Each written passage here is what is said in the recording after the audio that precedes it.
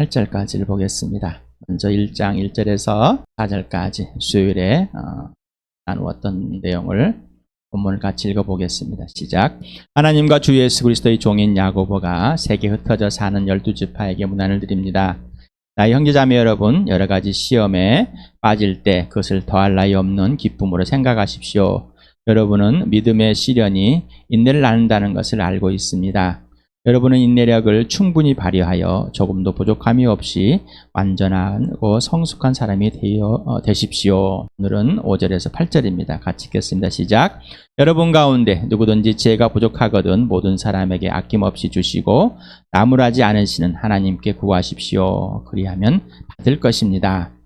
조금도 의심하지 말고 믿고 구해야 합니다. 의심하는 사람은 마치 바람에 밀려서 출렁이는 바다 물결 같습니다. 그런 사람은 주님께로부터 아무것도 받을 생각을 하지 마십시오. 그는 두 마음을 품은 사람이요 그의 모든 행동에는 안정이 없습니다. 우리가 4절에서 온전하다를 잠깐 봤었습니다. 온전한, 목적을 달성한, 숙달한, 충분한 이런 뜻을 갖고 있습니다. 이 내용을 히브리어로 볼 때 창세기 6장 9절 노아에게 하나님께서 이렇다라고 말씀했습니다. 노아의 역사는 이러하다. 노아는 그 당대 의롭고 흠이 없는 사람이었다. 노아는 하나님과 동행하는 사람이었다라고 이렇게 하나님께서 노아를 칭찬합니다. 그래서 히브리어는 탐밈이라는 이런 단어가 있답니다. 흠이 없고 온전한 본래대로 진실한 이런 의미를 갖고 있는데 그것을 야고보는 이걸 인용해서 아마 했을 것이다 라고 학자들은 추론하고 있답니다. 온전하다, 노아와 같이 온전한 사람이 된다라는 겁니다. 예수님도 우리에게 온전해라, 완전해라 이렇게 말합니다. 마태복음 5장 48절에 그러므로 하늘에 계신 너희 아버지께서 완전하신 것 같이 너희도 완전하여라. 하나님이 완전한 것 같이 우리가 어떻게 완전할 수 있을까? 하나님이 완전함에 우리를 부르셨고 우리를 품으셨기 때문에 우리가 그 완전함에 있는 것이지 내 스스로가 그 하나님의 완전함을 그거는 그걸 해줄 수는 없다는 것입니다. 그래서 하나님의 것이지 우리의 것은 아닙니다. 하지만 하나님께서 우리를 죽은 사람들 가운데 예수와 함께 살려내서 하늘에 앉혔고 영원한 생명에 하나님과 온전히 화해했기 때문에 하나님의 온전함을 누릴 수 있는 사람의 삶을 특권을 가졌다는 것이죠. 성숙하다라고 했어요. 개혁개정이나 하다, 일체 구비 완전히 다 갖추었다 볼 수 있습니다. 성숙하다 이 단어 모든 온전한 전체만 완전한 것을 갖고 있답니다. 하나님께서 우리에게 시련이 하나님의 주신 이유는 하나님과 신뢰를 절대 깰 수 없는 하나님과 신뢰의 관계를 사랑의 관계와 질서를 절대 깰 수 없는 인내력을 갖게 하는 겁니다. 이 땅에서 어떤 걸 살아낼 수 있는 인내력이 아니라 하나님과의 신뢰를 가지는 하나님을 사랑하는 하나님께 순종할 수 있는 그런 단련된 인격을 만들어내는 겁니다. 완전하고 구비되어진 성숙한 사람으로 되게 하는 것입니다. 1장 5절에 부족하거든 모든 사람의 아낌없이 주시고 나무라지 않으시는 하나님께 구하십시오. 그리하면 받을 것입니다. 또한 알아보겠습니다. 여기에 부족하다라는 의미가 있습니다. 그런데 페타이라는 이 단어가 있습니다. 절법으로 중간태로 쓰여 있습니다. 중간태라는 이 헬라어의만 법이라는 게 제기적 셀프에 대한 상호작용과 강조형으로 이렇게 세 가지로 있는데 여기서 강조형으로 사용했답니다. 부족함, 전혀 어떤 부족함을 느낄만 할 것. 너희가 부족하거든. 부족함이 분명하게 느껴지거든. 경험되어지거든. 이해되거든. 이런 것을 갖고 있습니다. 어떤 것, 지혜는 단순히 세상에 있는 지혜, 잠언의 지혜, 이런 것 뛰어넘은 하나님의 지혜입니다. 그래서 시련 대 하나님의 지혜가 왜 있을까? 왜 시련 이퀄 하나님의 지혜일까라는 거예요. 여러분은 하나님에 의해 온전히 구원받았고 거듭났고 영원한 생명을 얻어서 하나님과의 창조자 하나님과의 관계 질서가 회복이 되셨습니까?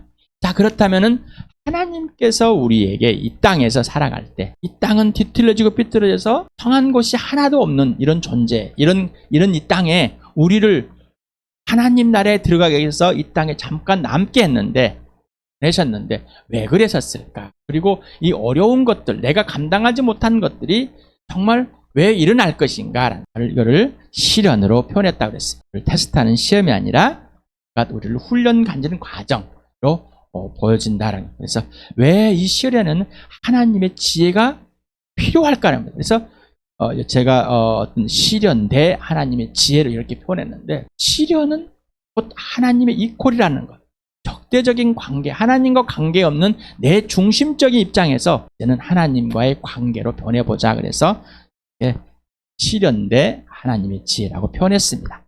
이제는 시련 이퀄 하나님의 지혜, 이렇게 보면 좋겠습니다. 골로새서를 먼저 같이 읽어볼까요? 시작. 내가 이렇게 하는 것은 여러분 모두가 사랑으로 결속되어 마음의 격려를 받고 깨달음에서 생기는 충만한 확신의 모든 평에 이르고 하나님의 비밀인 그리스도를 온전히 알게 되려는 것입니다. 그리스도 안에는 모든 지혜와 지식의 보화가 감춰져 있습니다. 에베소서를 같이 보겠습니다. 시작. 여러분을 두고 끊임없이 감사를 드리고 있으며 내 기도 중에 여러분을 기억합니다.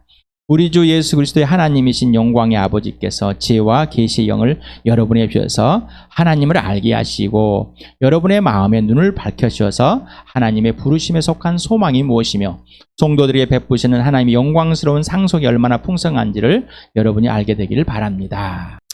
골로새서 볼 때 사랑으로 완전히 연결되어서 마음의 격려를 받고 깨달음이 생기는 충만한 확신을 모든 평화에 이르도록 하나님의 신비인 감춰졌던 이 예수 그리스도를 온전히 알게 하려 한다.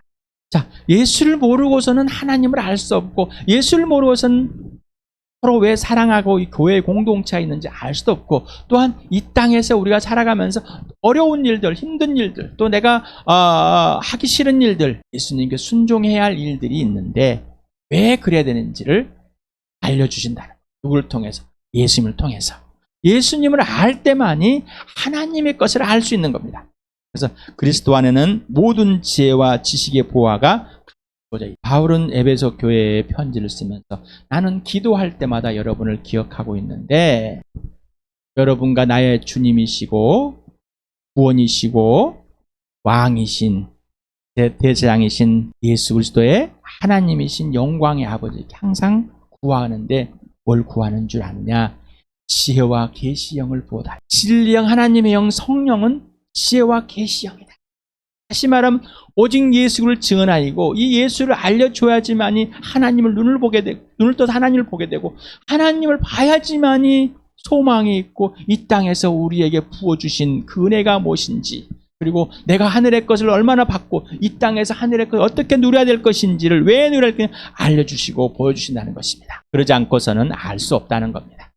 세상의 지혜로서는, 세상의 가치관으로서는, 세상의 종교관으로, 기독교를 만들어낸 종교관으로서 알 수가 없습니다. 이건 교리로서 모릅니다. 그 정보에 머물러 버리고 정보를 만들어내고 그 정보에 맞추려고만 하지, 살아계신 예수님, 살아계신 성령님과의 관계와 질서, 전인격적인 사귐 속에서만이 그분의 지시대로 그분의 영과 지속적이고 실제적인 관계 속에서만이 알 수 있는 일이지 알 수 없다는 겁니다. 그러니 우리 말씀을 잘 배운다는 얘기는 어떤 내용들을 잘 이렇게 풀이해서 배우는 것이 아니라 누구를 안다고요? 예수 그리스도를. 말씀을 잘 배우는 것은 예수 그리스도를 직접 만나 사귀면서 그분을 알아가는 겁니다.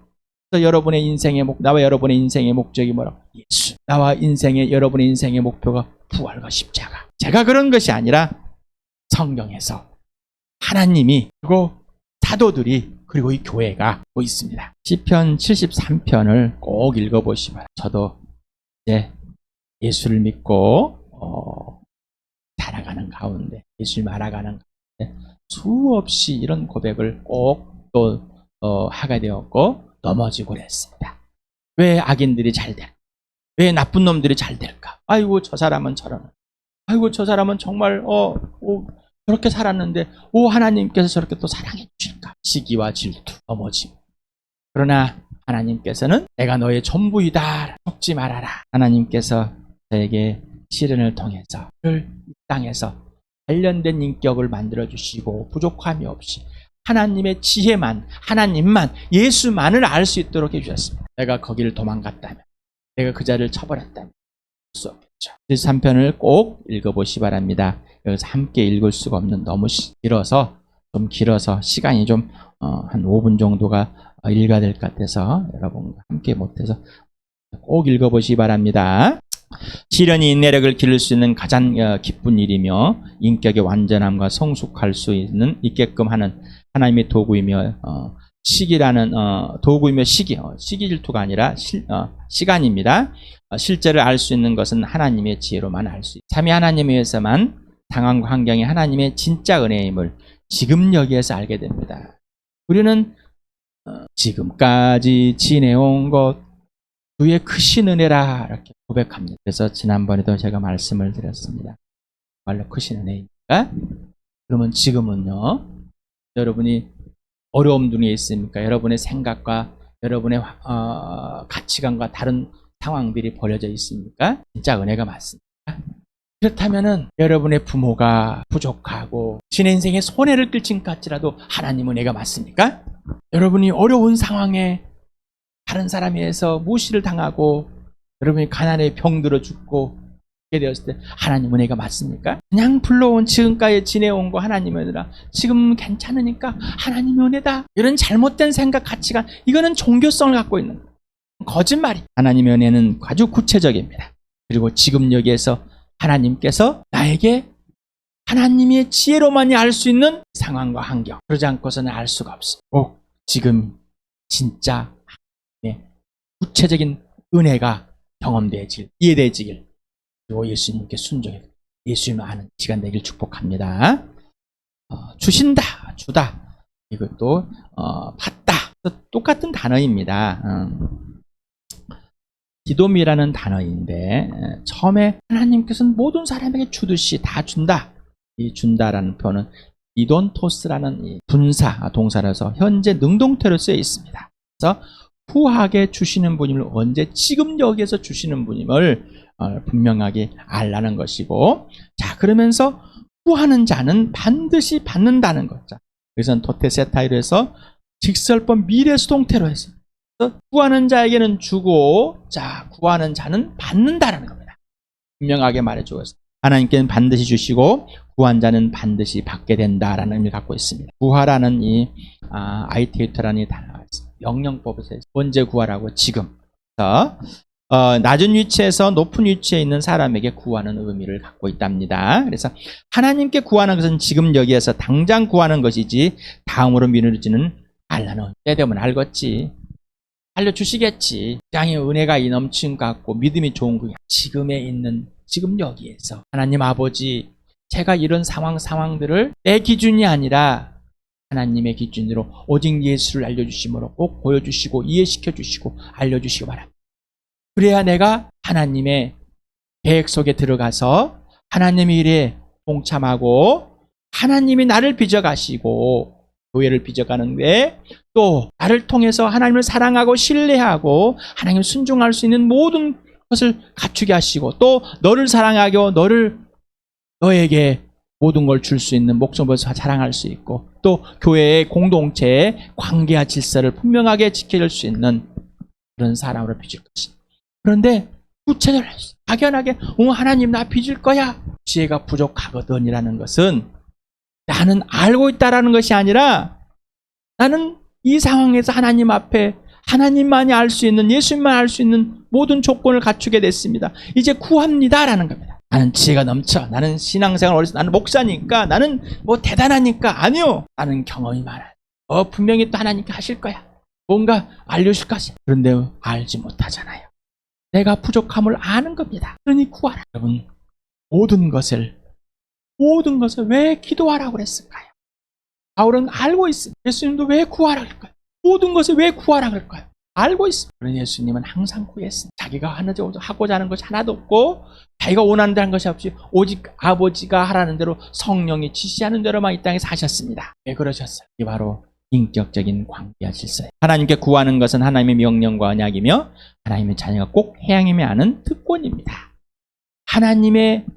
하나님이 구하라는 것은 뭐냐? 하나님 명령이며 하나님의 언약입니다. 그리고 우리가 갖고 있는 특권입니다. 꼭 구해야만 할 플러스라는 후하게 꾸짖다라는 단어가 있는데 분사 현재로 쓰여 있습니다. 그래서 현재 분사형. 어떤 과거부터 지금까지 계속 진행되는 전에도 지금도 앞으로도 하나님은 꾸짖지 않으신다. 책망하거나 비판하지 않으신다라는. 하나님은 어떤 분이십니까? 모든 것의 구함의 대상입니다. 항상 후하게 주시는 분이고 지금도 앞으로도 잊지 않으십니다. 질문합니다. 당신에게 하나님은 어떤 분이십니까? 과거와 현재를 분명하게 구분하여서 이미 어떤 분이시? 내가 생각하는 하나님이죠. 이런 분인 줄 알았는데 지금은 이런 분. 또 지금도 나에게 대가를 요구하시는. 네가 나한테 바치면은 내가 이걸 주겠다. 보상의 심리, 종교적 가치관. 기독교에서 배운 하나님께 구하라. 그리고 바치십시오. 여러분이 바치면은 마음껏 주실 것이 있었는지 아니면 이미 받은 것인데 하나님에 의해서 프로들에 사용되어 주십시오라고. 하나님은 어떤 분이신지를 분명하고 구체적으로 여러분 표현해 보시기 바랍니다. 진짜 하나님이 어떤 분인지 누구를 통해서 예수를 통해서 꼭 아시길 바랍니다. 하나님과의 전인적인 관계와 질서, 하나님은 누구이시며 어떤 분이신지를 모든 상황과 환경을 하나님의 생각과 시선과 해석으로 보게 됩니다. 시련, 지혜의 부족이다. 하나님의 은혜, 곧 계획과 의도가 무엇인지 더 이해하고 하나님을 신뢰할 수 있도록 하나님의 지혜를 구합니다. 그래서 하나님과의 전인격적인 관계가 개인적이고 실제적이고 수업적이 돼야 됩니다. 이게 복음입니다. 야고보는 이미 하나님과 우리 주 예수 그리스도라는 이 다 표현을 해버렸습니다. 그리고 예수님의 죽으심과 부활, 왜 죽었는지 이런 것을 설명하지 않습니다. 그리고 하나님이 누구신지를 예수를 통해서 이미 말해버렸습니다. 알려줬습니다. 쓰지 않은 것 같습니다. 야고보서를 특히나 읽을 때 불쌍하신 하나님 아버지와 아들 예수 그리스도를 그분의 죽으심과 부활로 예수를 알므로 하나님을 알고 있는 성령에 의해서만 이것을 알고 있는 또 알아야만 되는 삼위 하나님 관계성을 꼭 묵상하시고 읽으시기 바랍니다. 조금도 의심하지 말아라. 믿고 구하여라. 그래서 헬라어 본문에는 먼저 구하라. 믿음 안에서 구해라 라고 조금도 의심하지 말고 이렇게 먼저 나와 있습니다. 그래서 아이테이토라는 이 명령법 현재에서 나와서 있습니다. 구하라.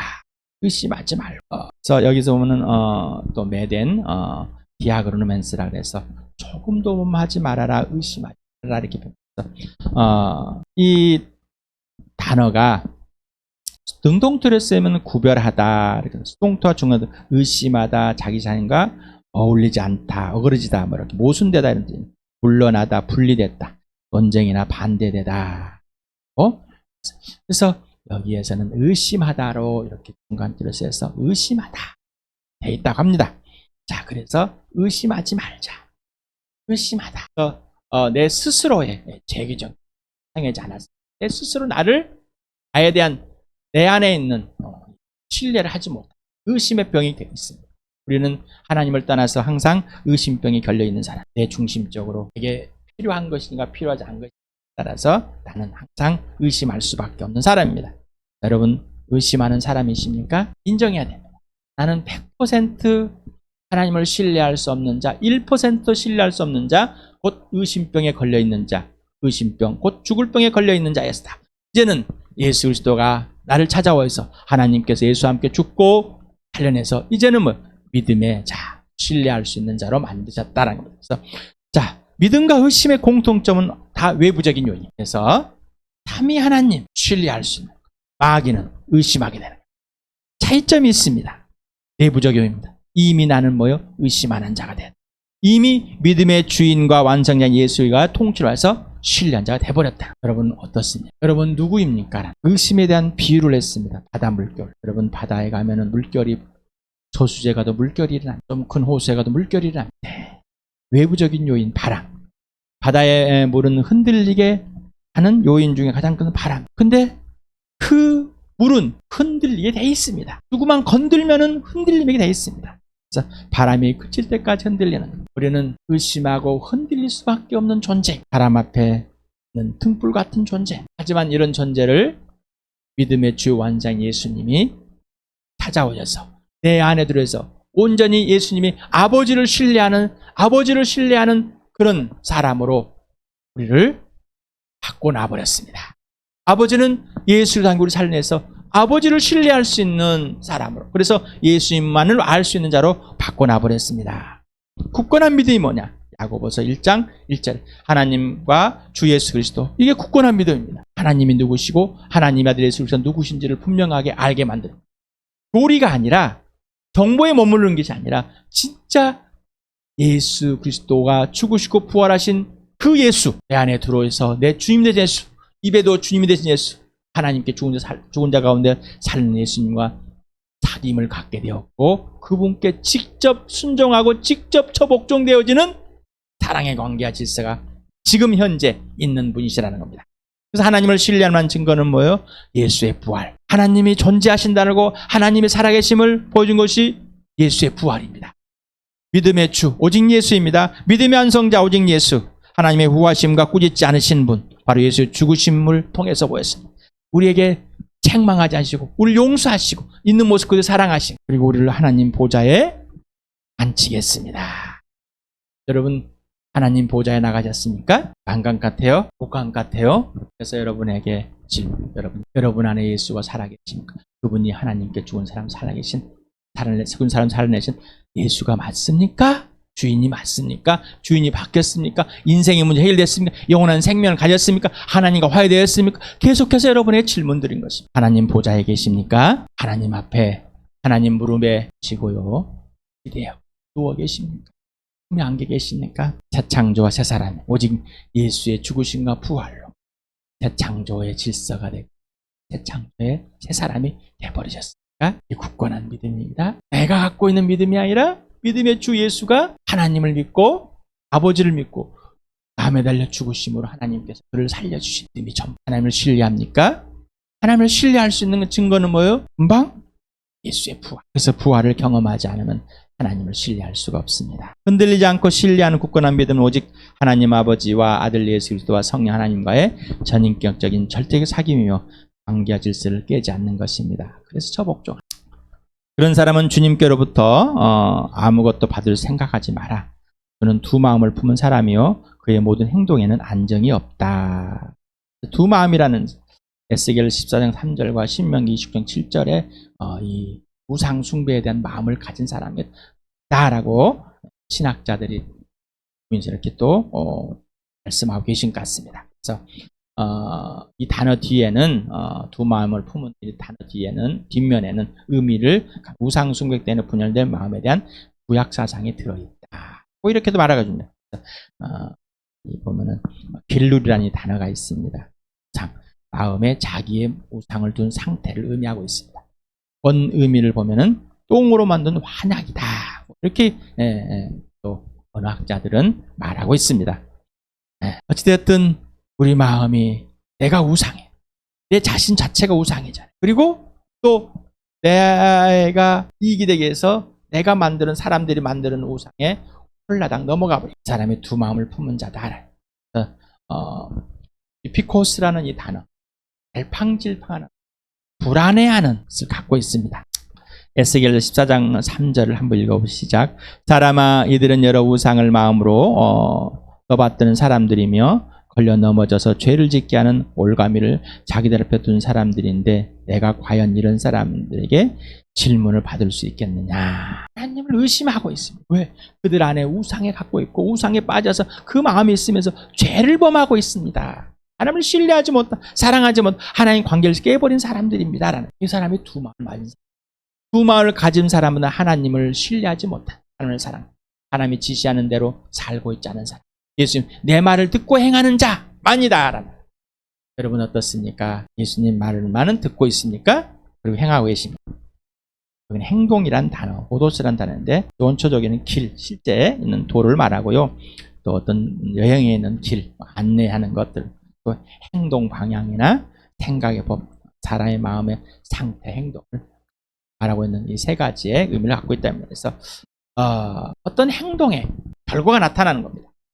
안정이 없다, 변덕스러워 불안하다, 안정이 없는 행동. 그래서 두 두 마음을 파문 사람은 바로 의심하는 사람이고 바람에 흔들려 밀려오는 바다 물결 같은 사람이고 바로 이 사람은 행위에 의해서 언어 행동으로 불안 증세가 보이는 안정되지 않은 것이다. 자, 우울증은 뭐예요? 자기중심적인 사람인 거예요. 공황장애는 자기중심적에서 불안하니까 나타나는 거예요. 이거는 뭐예요? 두 마음을 품은 우상숭배자다. 하나님을 신뢰하지 못하고 신뢰하지 못하는 자. 하나님과 관계 질서가 깨진 자입니다. 자, 그러니 두 마음을 품은 자는 요동하는 행동을, 저 사람이 말을 하고 행동하는 것을 볼 때 불안한 증세, 아, 저 사람은 두 마음을 품은 자이구나. 또 나를 볼 때 내가 지금 두 마음을 품고 있는 자이다. 성령이 알려주고 있습니다.